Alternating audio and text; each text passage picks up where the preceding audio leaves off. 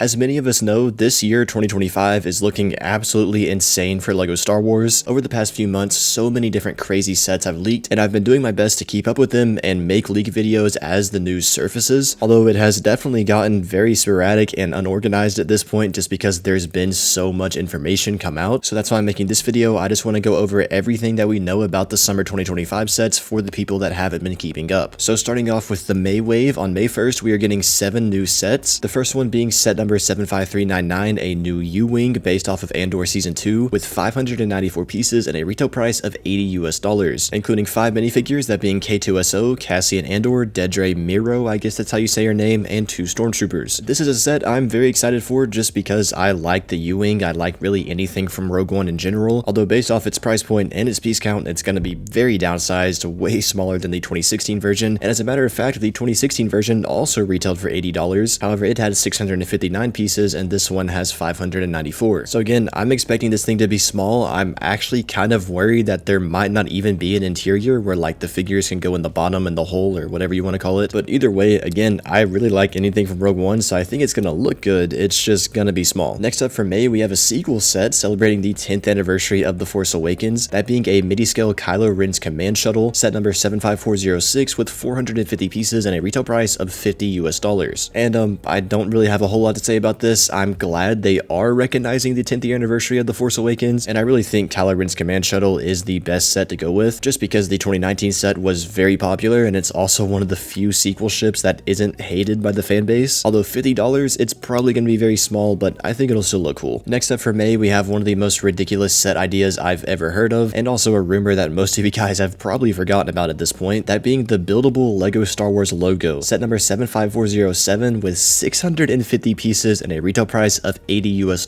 And as of now, it is still said to not include any minifigures. So yes, an $80 brick-built LEGO Star Wars logo. And as many of you know, Marvel is doing the same thing. However, that one actually has figures in it. Actually, I think that set's out already, but either way, that one actually has figures, so it's a little bit cooler. It does retail for $100 though. This one's gonna be $80. But still, I mean, I don't really know what LEGO's thinking with this. Like, who is gonna buy this thing besides people like me that just buy every set to review? So yeah, I think this is gonna end up being one of the most forgettable sets ever made, unless LEGO just does something crazy and there's a rumor that hasn't surfaced yet about it. Anyways though, next up we have a helmet set, that being the Jango Fett helmet, set number 75408 with 850 pieces and a retail price of $80 US. I don't have much to say about this. I think it's gonna look cool. The Mandalorian helmet from 2022 looks decent, although it's kind of bland. However, that's mainly just because his helmet is just gray. I think Jango's is gonna look cool because it's obviously gray and blue, but other than that, I really don't have much to say. It's really just fan service to people that have been wanting Jango Fett material. And speaking of Jango Fett material, the next set is the May 4th UCS set for this year, that being a UCS Jango Fett Slave 1, set number 75409 with 2,970 pieces and a retail price of $300 US, including 2 minifigures, that obviously being a very highly detailed arm-printed Jango Fett, as well as a young Boba Fett. I and many other people are very excited for this thing. I mean, for good reason. We've been wanting a Jango Fett Slave 1 for years at this point. Literally for 2 decades we've been asking for one, because they last made one in 2003 or whenever, and now we're finally getting one. Well, actually 2 this year, but the other one I'll talk about in a little bit. I'm expecting it to be pretty much the exact same size as the 2015 UCS Slave 1, although that set has 1,996 pieces and this one has about 1,000 more at 2,970, so I'm expecting it to be the same size, but this one's probably going to have a lot more smaller pieces packed into it, most likely making for a way more detailed and way more compact and sturdy build. I mean, the 2015 Slave 1 is already beautiful. I can't really comprehend how you can get much more detailed than that, but LEGO's probably going to pull it off somehow with this one. Anyways though, second to last for the May wave, we have a set that's kind of gone under the radar, that being a Kylo Ren helmet, set number 75415 with 529 pieces and a retail price of $70 US.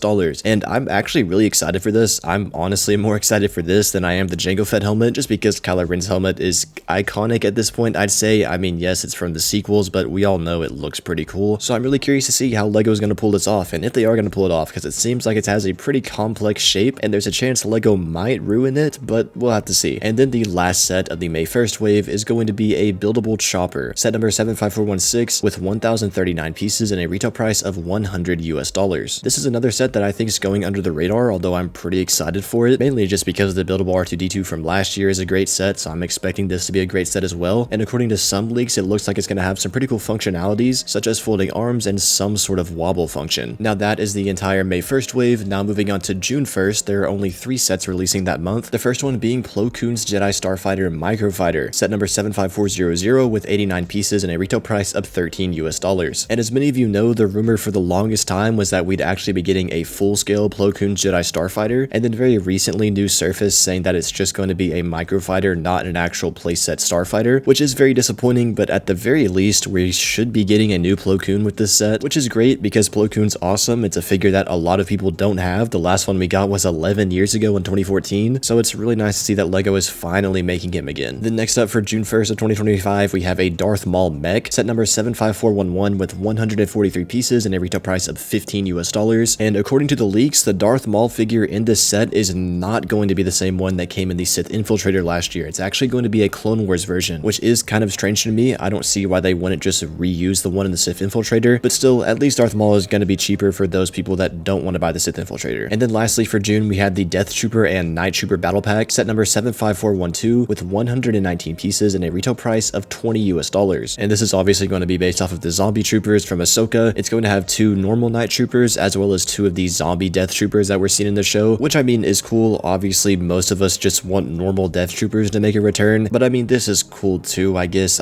In my head, it's take it or leave it. And if you're wondering, the build in this set is rumored to be the Imperial Patrol ship that was seen in the show. Anyways though, that is the June wave. We usually only get around 3 sets in June anyways, but now moving on to August, this wave is going to be absolutely massive. We are getting 10 sets, and these are the big sets that we look forward to every year, and there's some heavy hitters in this wave. The first one being a UT-AT, set number 75413 with 813 pieces and a retail price of $150. And as of now, we know that it's going to have at least 2 Galactic Marines. We don't know what else. It might have Ki-Adi-Mundi, it might have Commander Bakara, but as of now, we just know it's going to have Galactic Marines, which is expected. And as many of us know, this is a set we have been wanting LEGO to make for years now. And to be honest, I thought LEGO would never make this, but they are, which is still crazy to me. I mean, it's hard for me to believe that this is actually happening, but there are definitely some red flags with it. The first one being that price per piece ratio. $150 for 813 pieces is absolutely insane. Like, I'm honestly terrified at how overpriced this thing is going to be. I mean, just in no world can I imagine 813 pieces, even just big pieces, large plates. In no world can I imagine that that's actually going to feel like it's worth $150. I mean, yes, I'm very happy this is finally happening, and so are a lot of other people, but holy, that price per piece ratio is really, really rough. Anyways though, next up for August, we have another Rebuild a Galaxy set, that being 75414 with 349 pieces and a retail price of $50 US, including 3 minifigures, Sig Greebling, Dev Greebling, and a Duros, which is the Cad Bane species. And I really don't know what to think of this. If you remember, this was originally rumored to be a turbo tank for $50, and now it's turned to a Rebuild the Galaxy set, and I don't even know if there's going to be a Rebuild the Galaxy Season 2, but if there is going to be, I guess this set might be based off that. And hey, maybe the turbo tank rumor is still true, and it's some weird, wonky, small Rebuild the Galaxy version of a turbo tank. Next up, we have a pretty bizarre set, that being an 18 plus ATST, set number 75417 with 1,513 pieces and a retail price of $200. And this is really interesting to me because it's going to be a UCS style ATST like we got back in 2006. However, LEGO is not putting the UCS name on it. It's just going to be an 18 plus set, or that's what the rumor says so far. In 2023, they released the buildable Chewbacca, which was an 18 plus set that retailed for $200, and they also have other 18 plus sets like the C-3PO. So what this says to me is that LEGO is branching out with these $150 to $200 18 plus sets from buildable characters to actual vehicles, but not calling them UCS sets. And to be honest, I'm low-key all for this, because it seems like LEGO wants to put the UCS name behind only the biggest sets, like $240 and more. And it looks like they're going to do that, but they're not really going to be limiting themselves, because now they're branching out into making $200 18 plus sets that are vehicles. And this really excites me because it means that we could probably get some other 18 plus UCS style quote-unquote vehicles, like maybe a new UCS style Naboo Starfighter for like $150, or other small ships like a Jedi Interceptor, or maybe an AT-RT or something like that. So again, the fact we are getting a $200 non-UCS ATST is very exciting to me because it opens the door for a lot of good opportunities. Anyways though, continuing on, next up we have a buildable B1 Battle Droid, set number 75428 and retailing for $100 US.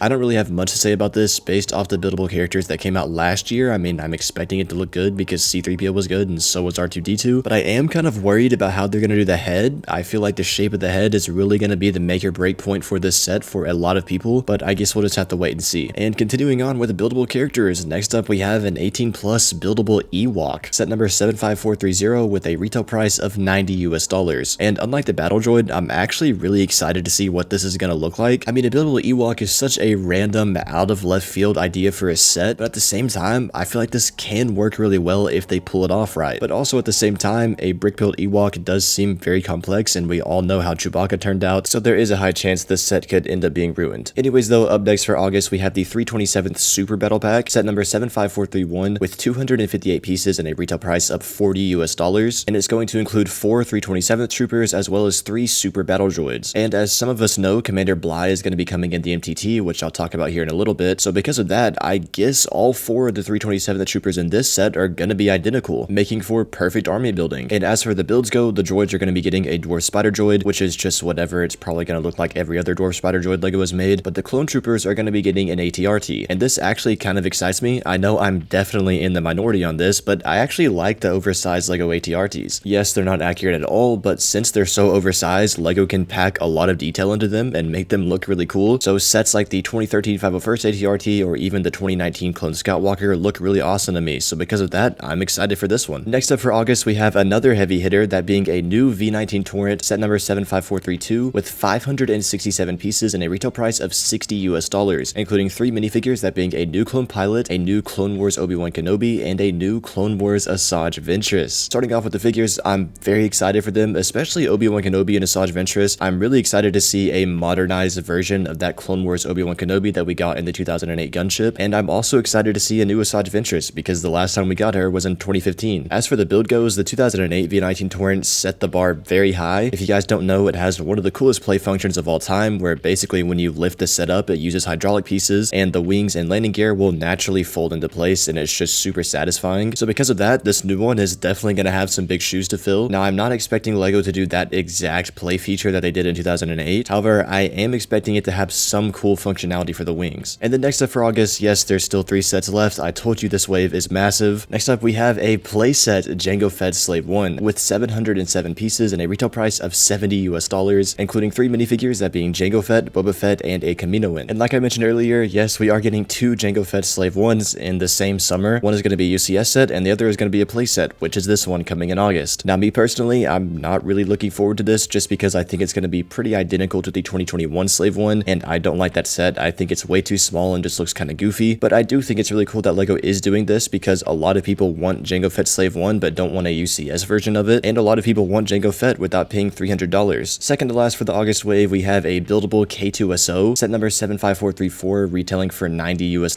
and that's all we know about this set. It's just going to be a $90 K2SO, which I think is cool. K2SO is a cool character and a cool looking droid, but I have a strong feeling that there's not going to be many people that are interested in this set. Anyways though, and then lastly for the August wave, we have a Clone Wars MTT with 976 pieces and a retail price of $150 US, including a new Aayla Secura, Commander Bly, and 10 battle droids. Now starting off with the figures, like I said, with the 327th battle pack, Commander Bly is going to be coming in this set, and to be honest, I'm prepared to be disappointed by him, obviously because of LEGO's recent track record of making clone troopers, especially like Commander Fox, so I'm just expecting him to not look the greatest, printed waist cape and everything. But for those of you that don't care about printed waist capes or don't care about helmet holes, I'm sure you're gonna enjoy this figure, but for people like me, I'm expecting it to not be that great. Aayla Secura, on the other hand, I am expecting to look good. The last one we got was in 2017, and that figure looked good, so I'm expecting this one to look good too. And then we're also getting about 10 battle droids. I don't know if that means 10 battle droids that are actually gonna fit on the rack, plus the 2 pilots, so 12 total, or if that number includes the pilots, so only 8 are gonna fit inside the MTT. But either way, that is a step up from the 2014 model because that one could only hold 6, so that's kind of pleasing. However, that model has about the same piece count at 954, and it retailed for $90. So for some reason, this set is going to be $60 more and roughly the same size. That is just something I can't even comprehend. I mean, I'm expecting it to look good. It's probably going to be the same size but have better shaping and more detail, but $150 is just so ridiculous. It's in the same boat as the UT-AT. I am just terrified at how overpriced this set is going to be. But hey, at least we're finally getting a Clone Wars MTT, I guess. Anyways though, that is every set that is going to be releasing in summer of 2025 from May all the way to August. There's a lot, and that's not even including the sets that are coming out in October. So let me know what you think about these sets down in the comments below. If you're new, please consider subscribing, and if you want to check out more of my videos, you see them on the screen right now.